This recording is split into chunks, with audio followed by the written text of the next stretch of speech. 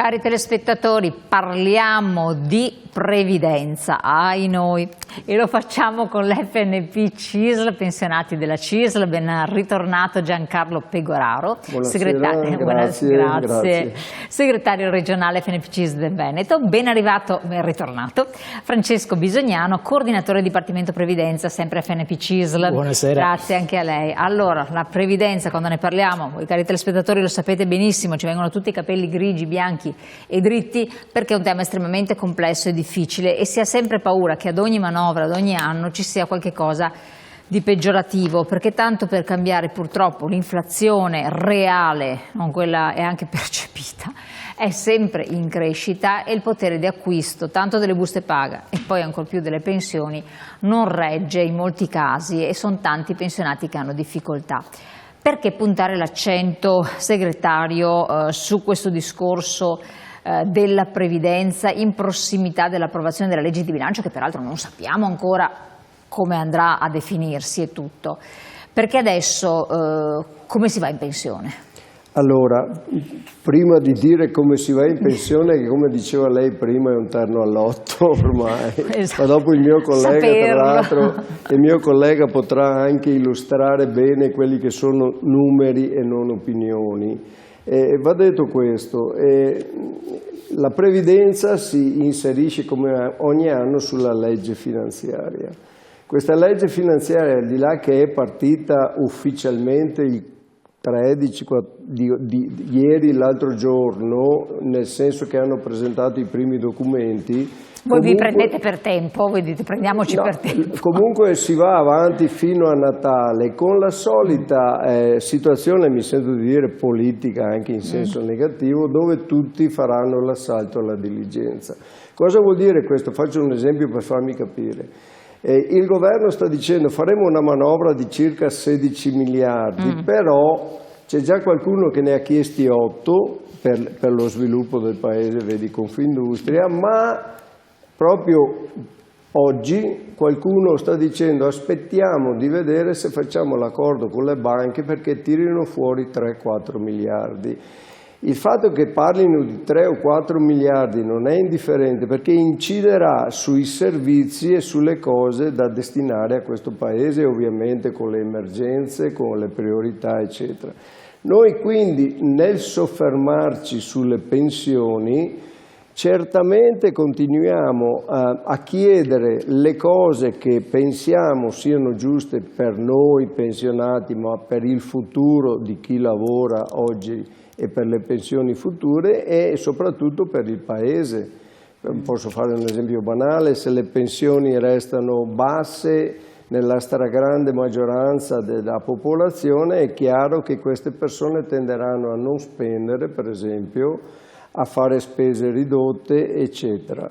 Allora noi diciamo che nell'ambito della finanziaria vogliamo capire cosa esce e quindi su questo voglio essere molto chiaro.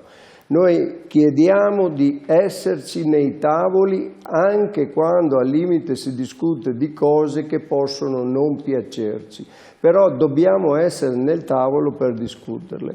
Dopodiché, a grandi titoli, è ovvio che noi chiediamo che ci sia la piena rivalutazione delle pensioni, lo chiediamo ogni anno sappiamo che è un tema difficoltoso perché le risorse sono sempre ridotte, ma per esempio l'anno scorso ripristinata la modalità che era quella di Draghi, perlomeno fino a 4 volte il minimo le pensioni erano state rivalutate al 100%, le altre al 75%, qualcosa si recuperava. Noi oggi chiediamo ancora la piena rivalutazione, poi vedremo se ci riusciamo, ovvero se in un contesto di risultati generali, non vorrei dimenticare la partita fiscale quando parlano per i lavoratori di calare dall'IRPEF dal 30 a andare al 32% fino ai 50.000 euro, noi chiedevamo fino a 60.000 euro, è una partita che se venisse soddisfatta in un ambito di finanziaria che non ha risorse infinite, potremmo anche, dico, accontentarci, tra virgolette, però il concetto è se c'è un concetto di futuro, perché se è la solita manovra che parla di oggi e domani mattina, per noi e come per tutti sarà difficile accettarla. Assolutamente. No, ma lei giustamente parla di futuro, che è una cosa che è fondamentale, perché se non ci sono le condizioni in futuro ci troveremo tutti pensionati all'osso, e allora lo Stato cosa fa? Si trova un paese di poveracci, cioè pensionati poveri, già dimostrato ampiamente con i numeri, vista anche la sanità, che vabbè, puntini. Allora, intanto, giusto per capire, piena indicizzazione delle pensioni, quindi sostanzialmente un adeguamento, una rivalutazione. Poi chiedete un rafforzamento della 14ª per i redditi più bassi, giusto? Sì. Che anche questa è una cosa importante, la separazione, qui leggo i vari punti su cui mettete l'attenzione, la separazione e distinzione tra previdenza e assistenza, il ripristino dell'opzione donna nella sua versione originaria, però l'opzione donna aveva destato degli allarmi anche là sociali, perché sì, non era così conveniente. Una pensione di garanzia a tutela delle carriere lavorative fragili e discontinue, una previdenza complementare davvero accessibile. Sono tutti punti che dicono quello che si diceva prima per il futuro, cioè se non facciamo alcune di queste cose le pensioni del futuro saranno povere. Il primo punto però è importante, perché qua ci pone anche agli occhi dell'Europa in modo critico, è la separazione tra previdenza e assistenza. Cioè, che cosa chiedete sostanzialmente? L'attenzione è sempre sulla spesa pensionistica complessiva, cioè quanto si paga per pensioni.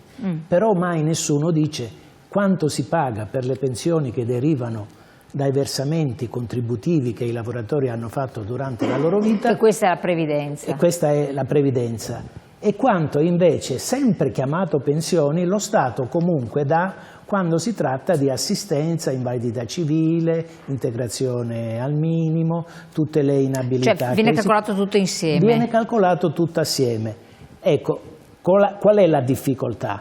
Che comunque se calcoliamo tutto assieme, quello che comunque, essendo chiamata assistenza, dovrebbe essere a carico della collettività, invece viene messo solo a carico di chi paga i contributi.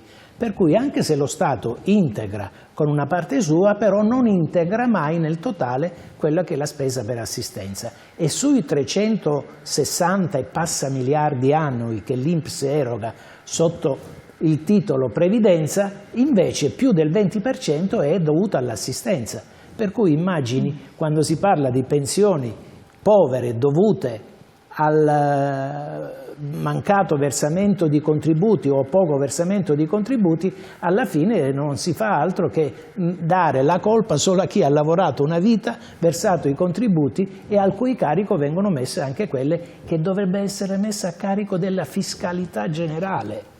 E qui entriamo in un altro mondo. Però loro aumentano le tasse, sono altissime. Non è che aumentano le tasse, bisognerebbe andare a far pagare le tasse lì dove ancora oggi, nonostante tutto, c'è una fascia di evasione ed elusione che è grandissima e non si riesce mai a venirne fuori, perché le politiche governative che si sono susseguite nel corso degli anni hanno sempre in qualche maniera tutelato chi produceva un reddito che comunque era un reddito nascosto.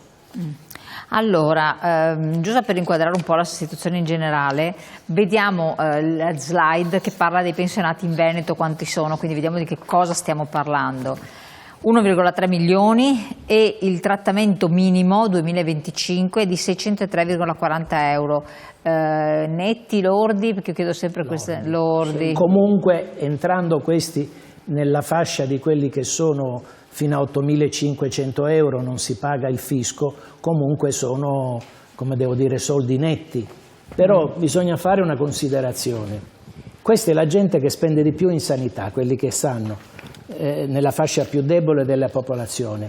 E per esempio, quando si parla di detrazione e deduzioni rispetto alla spesa sanitaria, queste persone non ne hanno nessun beneficio. Perché essendo incapienti, cioè non avendo tasse da pagare, il fisco non gli può restituire niente. Politicamente questa è una scelta che dovrebbe fare la politica, ma non è mai stata presa in considerazione. Questo è un altro aspetto da tenere in conto. Avevamo visto prima, io tornerei anche sulla slide su come si va in pensione, voi dite le soluzioni valide sempre, c'è la pensione ordinaria, 67 anni di età, 20 anni di contributi. 67 anni di età, primo aspetto, si doveva andare ad aumentare, è stato congelato come... Al momento è congelato, dovrebbe in base alle aspettative di vita scattare la tagliola dei 3 mesi in più su tutte le tipologie di pensione, vecchiaia, anticipate, 42,10 passare a 43 e un mese, 41,10 passare a 42 e un mese per le donne, ma su questo c'è tutta una discussione che dovrebbe in qualche maniera essere soddisfatta da un recupero di risorse da qualche parte per poter impedire che entri in gioco questo meccanismo che fa sì che si allontana il momento in cui si va in pensione, ma bisogna stare attenti che comunque questo meccanismo incide anche sul modo di calcolare la percentuale di pensione che poi mi dà la rendita mensile, perché l'aspettativa di vita non incide solo sul tempo, ma incide anche sul quanto, perché ogni 2 anni viene ricalcolata una percentuale che poi moltiplicata quello che è tutto quello che io ho versato durante la mia vita lavorativa mi dà il mensile pensionistico, e anche qui c'è un ulteriore problema che si presenta nel momento in cui io vado a riscuotere la pensione. Allora, per avere la questione soggettiva, individuale, andare presso gli sportelli FNP CISL, farsi fare un quadro definito, perché altrimenti uno non può da solo, senza dei parametri, degli algoritmi definiti, riuscire a calcolarlo. Come sempre è importantissimo che la gente vada ad informarsi dalle persone esperte. Faccio un esempio banale che abbiamo ripetuto molte volte, ma bisogna ripeterlo sempre. Io posso trovare una maniera che il governo in questi anni ha deciso, vedi 102, 103, quota qua, quota là, ma se, come si diceva qualche giorno fa, troviamo un meccanismo per mandare via uno a 64 anni, ma lo mandiamo via con il sistema contributivo, vuol dire che lui praticamente perde un bel pezzo in percentuale di pensione, perché tutti i suoi anni precedenti che erano calcolati col vecchio metodo, se va via prima glielo calcano con il nuovo metodo che sappiamo tutti essere penalizzante. Perché questo? Vuol dire che per andare via 2 anni prima, però dicevano per la TV, la politica diceva, calcoliamo la pensione col metodo contributivo, cioè col metodo dopo la Fornero, per capirci. Se io faccio un calcolo su 35, 37, 40 anni passati col metodo contributivo, ci perdo parecchie decine se non centinaia di euro al mese. Poi per questo dico, fatevi i conti se dovesse venire fuori questa cosa, ma com'era per la quota 102 e 103 e com'era soprattutto, anche questo ricordiamo di averlo detto spesso, com'era per l'opzione donna, dove si arrivava a perdere il 30-35% della pensione. Quindi la gente deve fare il loro calcolo con gli esperti, con i professionisti, e poi possono decidere. E poi decidere con consapevolezza. Andiamo un attimo in pubblicità, voi riflettete, mai fare le cose avventate oppure perché ha fatto Tizio, faccio anch'io, l'ha fatto anche lui, è errato, perché ognuno ha una propria posizione individuale pensionistica, questo è fondamentale capirlo. E ci sono degli algoritmi molto complessi che vanno a calcolarlo, perché poi anche voi dite sempre le variabili sono tantissime, tantissime. Pubblicità.